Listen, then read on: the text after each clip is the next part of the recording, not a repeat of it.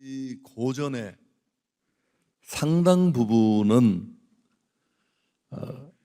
오지나 섬의 유배지에서 탄생한 그런 작품들입니다. 전남 강진에서 유배 생활을 했던 다산 정약용, 그는 흑산도에서 유배 생활을 하던 형 정약전과 편지를 주고 또 받곤 했다고 합니다. 그러던 1811년 어느 날 밤하늘에 갑자기 혜성을 보게 됩니다. 형 정약전이. 그리고 동생에게 편지로 그 정체를 물었습니다. 그때 다산이 뭐라고 대답을 했느냐 하면 혜성은 풀이 아니라 얼음덩어리다, 그런 대답을 했습니다.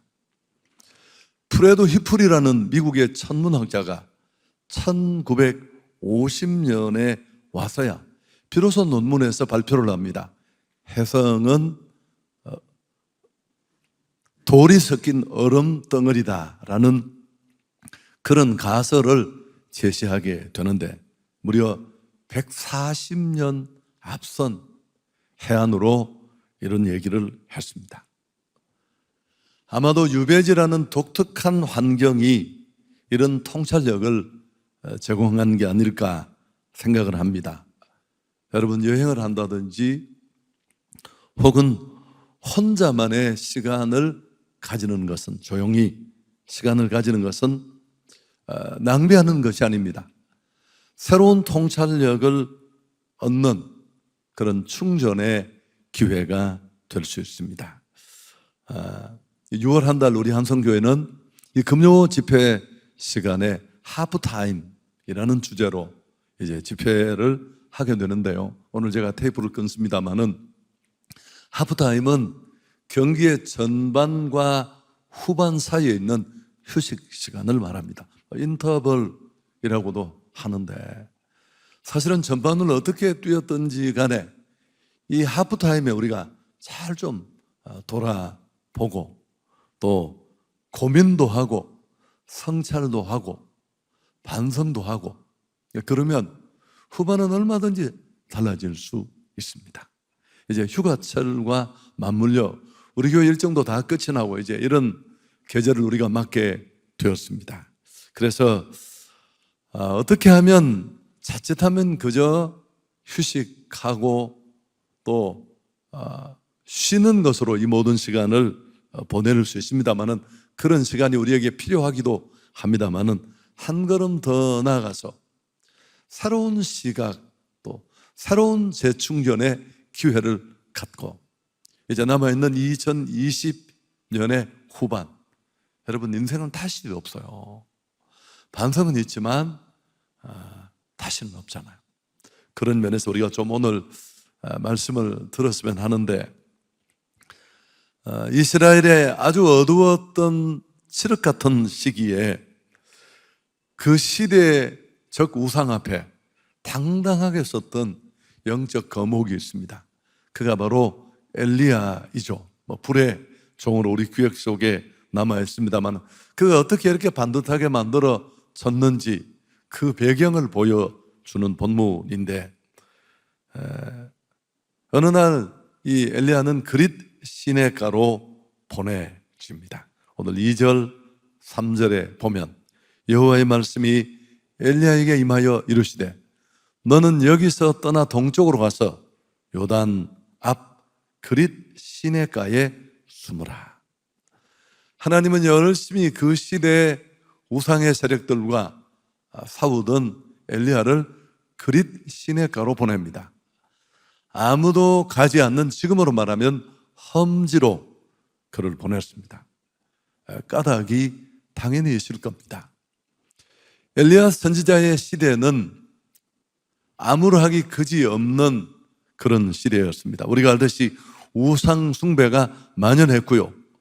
아합 왕은 바알의 딸로 일컬어지는 이세벨을 아내로 맞아서 아주 우상 종교에 열을 뻗쳤죠. 선지자들을 죽이고 이전에 이스라엘의 어떤 왕보다 하나님을 진노케 했습니다. 하나님은 3년 6개월 동안 하늘 문을 닫습니다. 비가 내리지 않고 극심한 가뭄이 그 땅에 찾아옵니다. 이런 와중에 하나님께서는 엘리야를 통해서 그 시대의 우상 숭배의 죄를 신랄하게 지적합니다. 1절에 그런 내용이 있었죠. 같이 한번 읽을까요? 엘리야가 아합에게 말하되 내가 섬기는 이스라엘의 하나님 여호와께서 살아계심을 두고 맹세하노니 내 말이 없으면 수년 동안 비도 이슬도 있지 아니하리라. 하나님은 자기 백성들이 그 하나님의 영광을 회복하기를 원하셨습니다. 근데 여기 보면 엘리야를 소개하면서 길르앗에 우거하는 자 중에 디셉 사람이다. 1절 상반절에 우리가 빼먹은 부분이 그렇게 소개되는데 우리에게는 아주 불의 종으로 기억됩니다마는 성경이 제시하는 엘리야의 프로필은 이게 전부입니다. 성경이 사람을 자세히 설명은 하진 않지만 그래도 대체적으로 출신지를 말하거나 부모를 소개하는 게 한 사람을 역사의 전면에 내밀 때 일반적으로 보이는 그런 서술인데 엘리야는 출신도 없고 부모도 없습니다. 그냥 디셉에서 태어나 길르앗을 떠돌던 사람이었다는 게 그의 소개의 전부입니다. 더 문제는 그릿 시내가가 어디인지도 정확하게 모릅니다만은 디셉도 역시 학자들이 잘 찾지를 못합니다. 하나님은 사람을 부를 때 이렇게 다양하게 부르세요.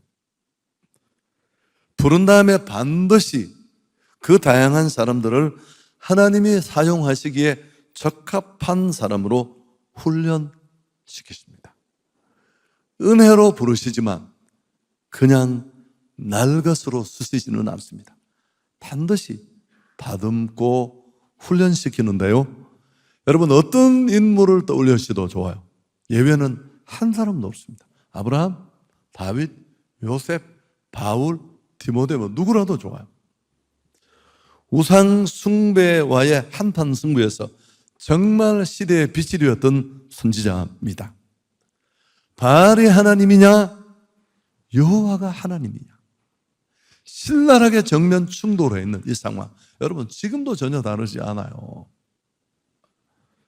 이런 엘리야는 여호와가 하나님이시다, 그 이름의 뜻이 그래요. 이런 분명한 메시지를 보여줄 수 있었던 그는 어떻게 만들어졌을까요? 자, 첫 번째가 보면 오늘 제가 이 얘기를 좀 드리려고 하는데 하나님이 사람을 훈련시키는 아주 특별한 방법 중에 또 일반적이지만 하나는 무리 속에서 따로 떼어놓는 겁니다. 고독, 고립, 사람, 청중, 기회 모든 것을 다 잘라내 버립니다. 여러분 고립이 뭡니까? 어떤 목적을 위하여 어떤 곳에 일정 기간 격리시켜서 떨어져 있게 하는 것입니다. 바로 오늘 엘리야가 그런 상황에 내몰렸는데 하나님은 엘리야를 부르시고 사용하셨지만 그릿 시내가로 보냅니다. 이 그릿이라는 뜻이 단절시키다, 그런 뜻을 가지고 있습니다. 어두운 시대 혹독하고 살벌한 사역을 했습니다. 아합과 이세벨의 그 얼마나 서슬시퍼런 위협과 협박 앞에 그런 하나님의 임박한 진노의 메시지를 선포했습니다. 근데 갑자기 하나님이 그를 이곳에 보냈었습니다. 그릿 시내가로 쫓겼다고 볼 수 있습니다. 돌봐주는 사람도 없고 바라볼 사람도 없습니다. 외롭고 지독하게 고독했을 것입니다. 여러분 성경 속에 쓰임을 받았던 역사 속에도 마찬가지입니다만은 하나님의 사람들은 자주자주 이런 고립 속에 던져졌습니다. 누가 생각이 나나요? 요셉은 13세 전까지 아버지 집에서 자색 옷을 입고 왕자처럼 형들에게 뻐기면서 그렇게 아버지의 사랑을 독차지하고 살았습니다. 그 인생이 갑자기 엎어져서 형들의 미움을 받고 광야의 구덩이에 던져집니다. 생명을 왔다 갔다 하면서 그는 기막힌 13년의 시간을 처참하게 보냅니다. 철저하게 단절되고 고립된 고독한 환경이 그에게 있었습니다. 미래는 1도 보이지 않는, 자, 만일 요셉에게 이런 고립된 상황이 없었다면 오늘 우리가 알고 있는 그 시대의 어둠을 다 몰아내고 세계를 먹여 살렸던 우리가 알고 있는 요셉은 없었을 겁니다. 동족을 위하고 그 나라를 위해 살려다가 살인죄를 범하고 미디안 광야로 쫓겨난 모세, 잠깐 숨어 있다가 끝난 게 아닙니다. 40년이 갔어요. 40년. 여러분, 남의 일이니까 그런데 우리는 4년만 그렇게 두어도 정말 그 미디안 광야에 몰아치는 먼지 조각처럼 바로의 공주의 아들로 당당하던 그는 다 조각이 나고 아주 먼지가 되어서 다 날아갔을 거예요. 하나님이 그를 찾아가셨을 때 나 못합니다, 나 그런 사람 아닙니다, 그렇게 말한 건 과장이 아니에요. 겸손한 척 한 게 아니라 적어도 그에게는 사실이었습니다. 지금도 이스라엘이 모세를 최고의 지도자로 꼽는 그 모세, 여러분, 이런 환경 속에 다듬어졌습니다. 다윗은 죄 없이 사울에게 10년에서 15년을 쫓겨다니고 맨날 광야에서 도망자로 격리된 채 그렇게 살았습니다. 육체적으로, 정신적으로 정말 죽음 같은 고독을 그는 맛보았을 것입니다. 자, 여러분, 다 이렇게 해요. 환경을 완전히 다 잘라버리고 제한된 속에 딱 집어넣어서 엄마 아빠가 아이들이 말 안 들으면, 이런 것도 요새 좀 조심스러운 얘기인데, 또 손주 뭐 이렇게 군기 잡으면 뭐 할머니들이 넘어가시니까 아버님 아버님 죄송합니다, 좀 오늘은 제 방으로 가 계시고, 뭐 그렇게 우리가 군기를 잡듯이 군기 잡으면 안 됩니다. 그건 군에서 하는 거예요. 자, 그런데 여러분, 오늘 하고 싶은 얘기는 이런 강제적인 고립도 있지만 자발적인 고립도 있어요. 스스로가 자신의 미래와 발전을 위해서 자신을 스스로 고독한 환경에 내모는 것입니다. 예수님이 그랬습니다. 제자들을 선택하기 위해 하루길에 광야로 가셨고, 세례 요한은 유다 광야에서, 사도 바울은 아라비아 사막에서 3년이란 스스로 선택된 고립된 환경에 있었습니다. 강제적인 고립보다 자발적인 고립이 낫습니다. 그렇지만 어떤 형태의 고립이든 고통과 고독을 수반합니다. 하나님은 왜 우리를 부르실 때, 아니 우리를 사랑하신다면서, 아니 독생자까지 주셨다면서, 우리를 향해 놀라운 계획을 가지고 계신다면서, 어쩌면 지난날보다 더 못한 것처럼 보이는 이런 환경 속에, 고립된 고독 속에 우리를 몰아넣으실까요? 여러분, 저도 돌아보면 외로움을 잘 못 견디는 스타일인데, 지도자는 정말 외로운 사람입니다. 늘 웃는 것처럼 보이지만 정말 고민이 많고, 교회에서 목이 졸려 쫓겨나고, 건축하던 중에는 한 사람도 나를 믿는 사람이 없었어요. 저 녀석이 뭘 먹었을 거야.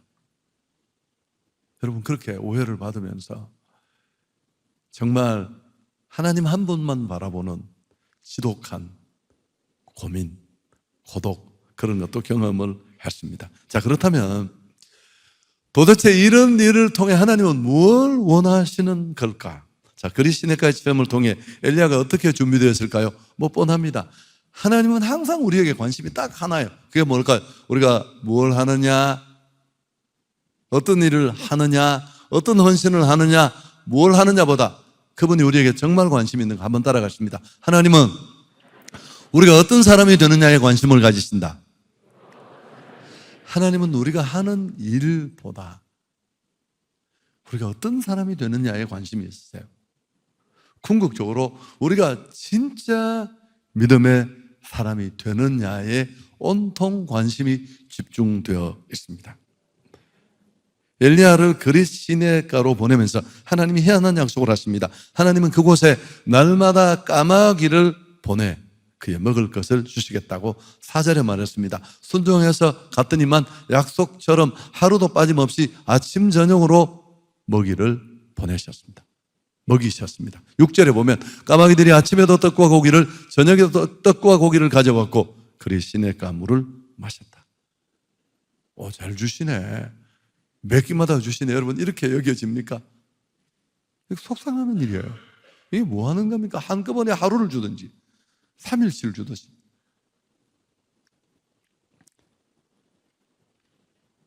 아침에 조금, 저녁에 조금.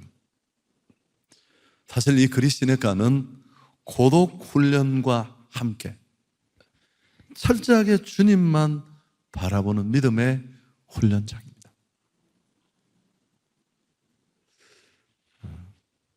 매일매일의 필요를 완벽하게 채우시는 하나님. 정말 막연히 성경 속에 갇혀져 과거 시대에 누구를 도우시고 책임졌던 그런 하나님이 아니라 오늘 열악함이 넘치는 한치 앞을 내다볼 수 없는 기막힌 상황에 있는 나를 지금도 오늘도 먹이시고 보살피시는 그 하나님을 온 몸으로 경험하게 하는 것입니다. 광야에서 이스라엘이 하나님으로부터 메추라기와 만나를 공급받던 사건이 떠오르지 않습니까? 여러분, 이스라엘을 애굽에서 뽑아내는 데는 하루면 됐어요. 그러나 이스라엘 머릿속에 세상 사고방식, 그 애굽을 뽑아내는 데는 40년이 걸렸어요. 떡으로 사는 것이 아니라 하나님의 말씀으로 사는 줄 알게 하려 하심이니라. 여러분, 철저하게 저도 까마귀를 만났고요. 참 비참하고 초라하고 스스로 돌아봐도 인생이 너무 시시해 보이고, 그렇지만 가장 중요한 훈련입니다. 고독과 고통 속에 내가 잡고 있던 헛것들은 다 끊어지고 정말 끝까지 잡아야 될 하나님을 붙잡는 그런 믿음으로 우리는 새로워지고, 엘리야는 이런 혹독한 고립의 환경을 통해 하나님만을 의지하는 법을 배웠을 겁니다. 이때 누가 옆에서 도와주면 안 돼요. 와이프가 돈을 잘 벌고 친척이 막 불러서 일을 시키고 그럼 훈련 끝. 아무것도 남지 않죠. 정말 엘리야라는 이름의 뜻대로 바알이 온 세상을 지배하고 있는 그 시대에 여호와가 하나님이시라는 것을 그는 온몸으로 느꼈을 것입니다. 까마귀를 아침 저녁으로 만나면서 엘리야가 본 것은 무엇일까요? 하나님은 자기 백성을 약속대로 먹이시는 분이시다. 실제로 성경을 쭉 읽어보시면 이 부분을 통과하고 난 다음에 엘리야가 근심, 걱정, 불안이 다 사라졌어요. 자신을 비우고 겸손히 맡긴 자에게 모든 것을 공급하시는 하나님을 그는 만진 듯 경험했기 때문에 그렇습니다. 이런 은혜가 우리 모두에게 있기를 축복합니다. 여러분, 이건 고립과 고독이 아니면, 이 냉철한 환경과 세팅 속에 우리가 들어가지 않으면 얻을 수 없는 축복입니다. 고립과 고독이 하나님의 품이 되었습니다. 주님 나와 동행하면서 나를 친구 삼으셨네. 우리 서로 받은 기쁨은 알 사람이 없도다. 아멘. 여러분, 그렇습니다. 이 부분을 딱 통과하고 나면 겁나는 게 없어요. 아무것도. 그분이 나를 먹이시는 날까지 나는 살 것이고 그분이 나를 데려가시는 날 나는 천국 갈 테니까 온 동네가 연탄 집게를 들고 나를 쫓아다녀도 겁은 줄 수 있지만 나를 손댈 수 없을 테니까. 자, 여러분, 마침내 시간이 많이 오버됐습니다. 이거는 광고가 길었고 제가 길게 한 건 절대 아니에요. 마침내 고립을 통해 어떤 결과, 8절에 보십시오. 여호와의 말씀이 엘리야에게 임하여 이르시되, 엘리야를 그리 시냇가로 숨긴 건 사실은 말씀을 가린 겁니다. 아합과 그 시대 우상 숭배에 미친 그들이 하나님의 말씀을 헌신짝처럼 여겼습니다. 온 이스라엘이 바알을 따라 거역의 길로, 불순종의 길로 치달았으니까요. 그때 하나님은 말씀을 감추어 버린 겁니다. 지금도 우리는 그 어느 사사시대, 그 어느 엘리야의 시대보다 더 말씀이 희귀한 시대를 살고 있습니다. 잘 보셨습니까? 예배 시간에 큰 은혜 받았고 정말 말씀을 통해 내가 통곡했고 참 희귀한 시대입니다. 그리스도가는 음성을 들을 수 있는 것입니다. 하나님이 우리를 따로 떼어놓는 것은 사실은 이 음성을 듣게 하기 위해서요.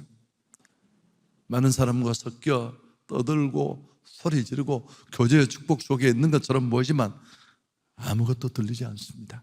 점점 얕아집니다. 반짝일지 모르지만 깊이도 무게도 없는, 나도 깊이 감동시키지 못하는 얘기들을 주절될 뿐입니다. 엘리야가 그랬습니다. 이제 막 나타난 해상 같은 존재인데, 그렇지만 존중받고 그가 나타나면 수많은 사람들이 그의 말에 귀를 기울였습니다. 청중을 제압하는 카리스마, 폭발력이 그에게는 있었습니다. 그렇지만 정말 하나님의 손에 변화된 이런 엘리야가 이 시대에 필요합니다. 시대의 정신, 물질 우상주의, 여러 가지 이런 변질된 상황 앞에 바알과 그 권력에 야합한 백성들이 오도되는 그 시대를 밝혔던 엘리야 같은 그런 인물이 필요합니다. 여러분, 잘 말하기 위해서는 잘 들어야 하잖아요. 이건 설교자인 저게 너무너무 통곡할 만큼 절절히, 목사가 자기가 설교를 하자고 막 예를 쓰면 이게 짜내는 거예요. 힘만 들고. 근데 막 묵상을 하고 조용히 돌아보고 있는 중에 이렇게 탁 지나가면, 저는 러닝머신을 뛸 때 생각이 왜 그런가를 봤더니만 구글에는 그런 회의법이 있어요. 걸으면 아이디어가 떠올라요. 발뒤꿈치가 땅에 이렇게 탕 닫으면 사고가 깊어진대요. 그래서 저는 그 빠르게 달리던 경사 속에 뛰어내립니다. 즉시 적습니다. 그렇게 들려지고 그렇게 깨달아진 것들.